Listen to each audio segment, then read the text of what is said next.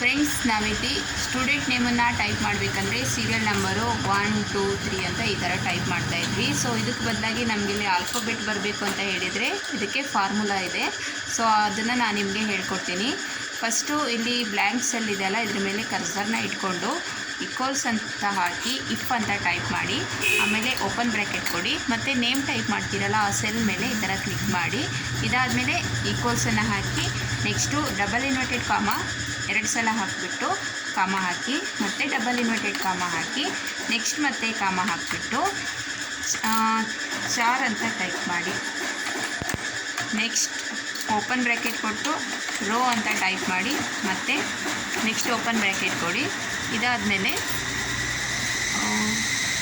A65 ಅಂತ type ಮಾಡಿ 3 times close bracket ಕೊಟ್ಟು ಎಂಟರ್ ಅಂತ ಕೊಡಿ. ಈ ರೀತಿ ಬ್ಲ್ಯಾಂಕ್ ಬರುತ್ತೆ. ಈ ಪಾಯಿಂಟ್ ಹತ್ರ ಇಟ್ಕೊಂಡು ಫುಲ್ಲು ಕಾಲಮ್ನ ಈ ಥರ ಸೆಲೆಕ್ಟ್ ಮಾಡಿಕೊಡಿ. ಅದಾದಮೇಲೆ ಈ ಪಕ್ಕದ ಕಾಲಮಲ್ಲಿ ನೀವು ನೇಮನ್ನು ಟೈಪ್ ಮಾಡಿದ್ರೆ ಅಲ್ಲಿ ಆಟೋಮೆಟಿಕ್ಕಾಗಿ ಆಲ್ಫಾಬೆಟ್ಟು ಬರುತ್ತೆ.